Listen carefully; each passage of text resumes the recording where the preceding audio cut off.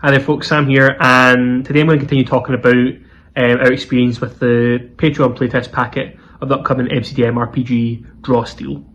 So I ran the game last night for a group of DSM and friends, and I was the director, which is the game's game master.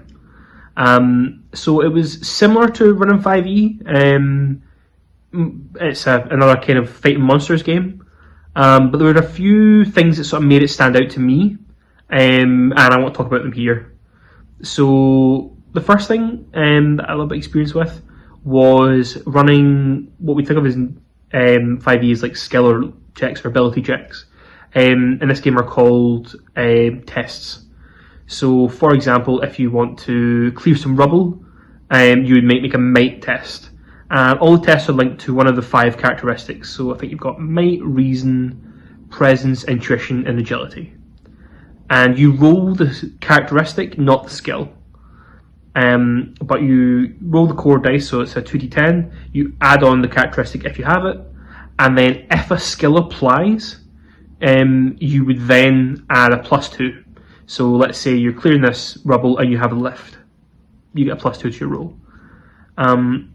As a director, all these skills are split into, or all tests are split into one of 3 categories: easy, medium, or hard. And the 3 possible results change depending on which one it is. So I think for easy, you could fail, you could succeed, or you could succeed with a reward. Which I think in this particular case, the player with a reward, got to free 2 people trapped in the rubble rather than 1. Medium, I think you've got fail, succeed with a consequence, and succeed.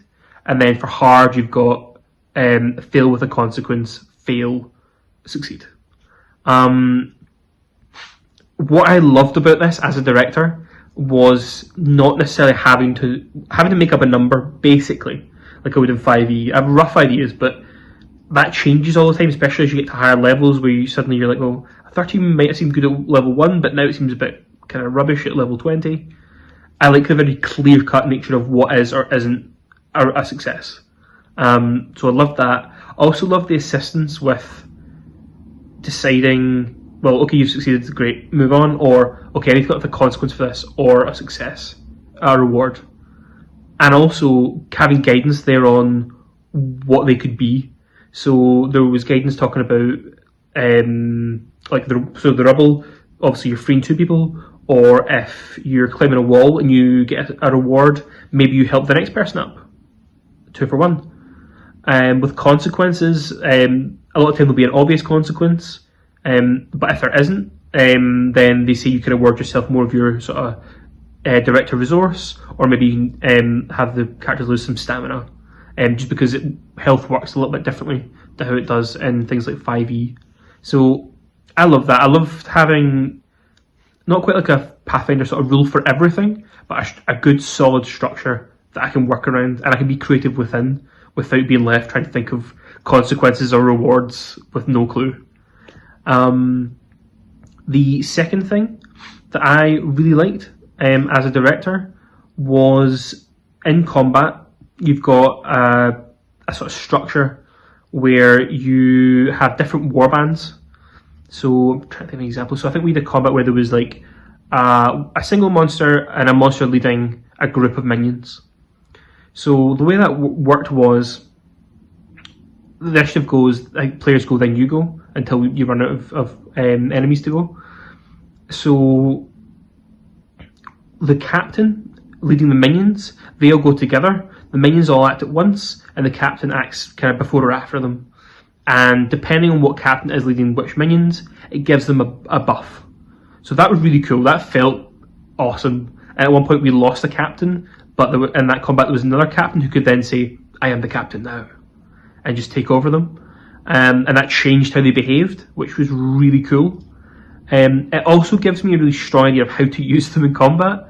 One captain had the minions able to teleport all around, so that let them be much more mobile, and they survived a bit longer without having to constantly be next to enemies or provoke opportunity attacks. The single monsters, most of them can be captains, but they also still behave well on their own. I think all the monsters in the adventure could be a captain. This one near the end was much more of a control type creature that I sort of thought was the boss, but I think was more in that control mode.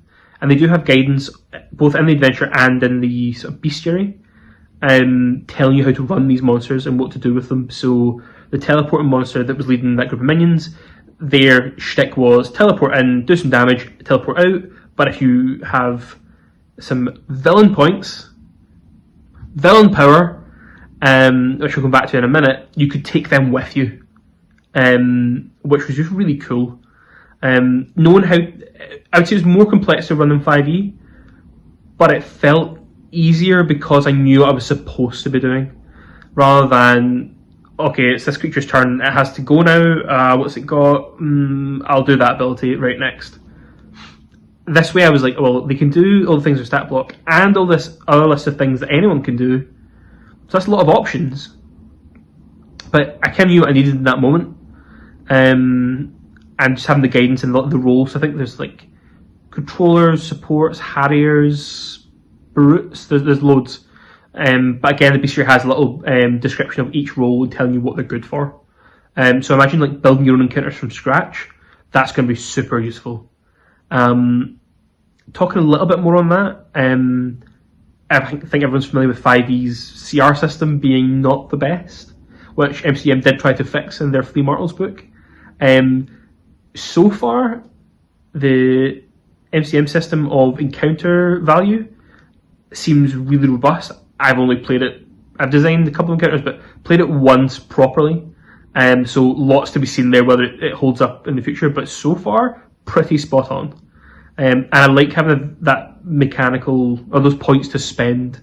And so I'm not just kind of having a guess at what's hard and what's not. There's nothing worse than putting together a counter you think is easy and it's ridiculously hard, or vice versa. So that was really cool. And coming back to my third favourite thing, which was the villain powers.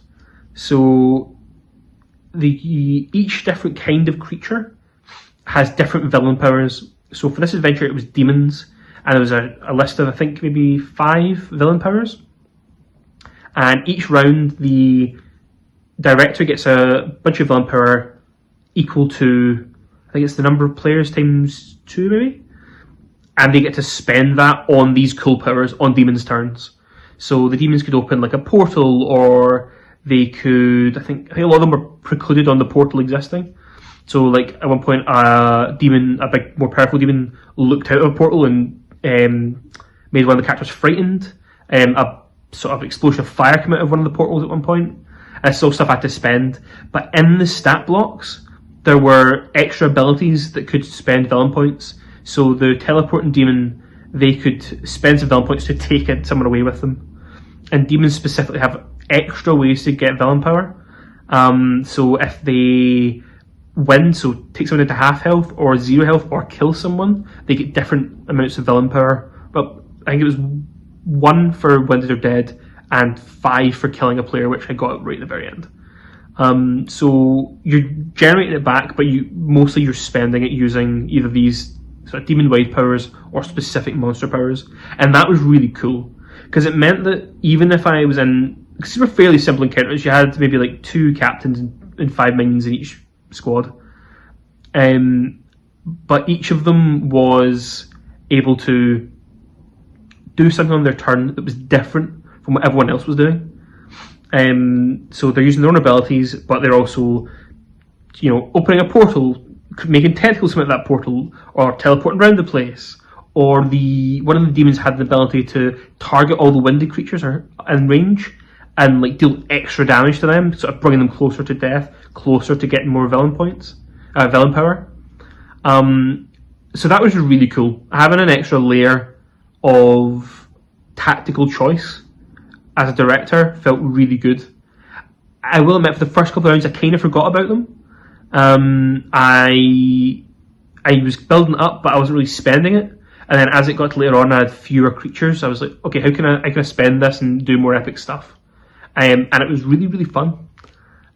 So, in a last comparison to 5e with it, I would say 5e has a lot less stuff to do, but a lot less guidance on what to do, which I feel like this really, really helped address. I'm going to play a lot more of it and see how it get on, but at the moment, I'm really loving directing this game. Stay tuned for more information about this playtest, or more content based on it. Cheers.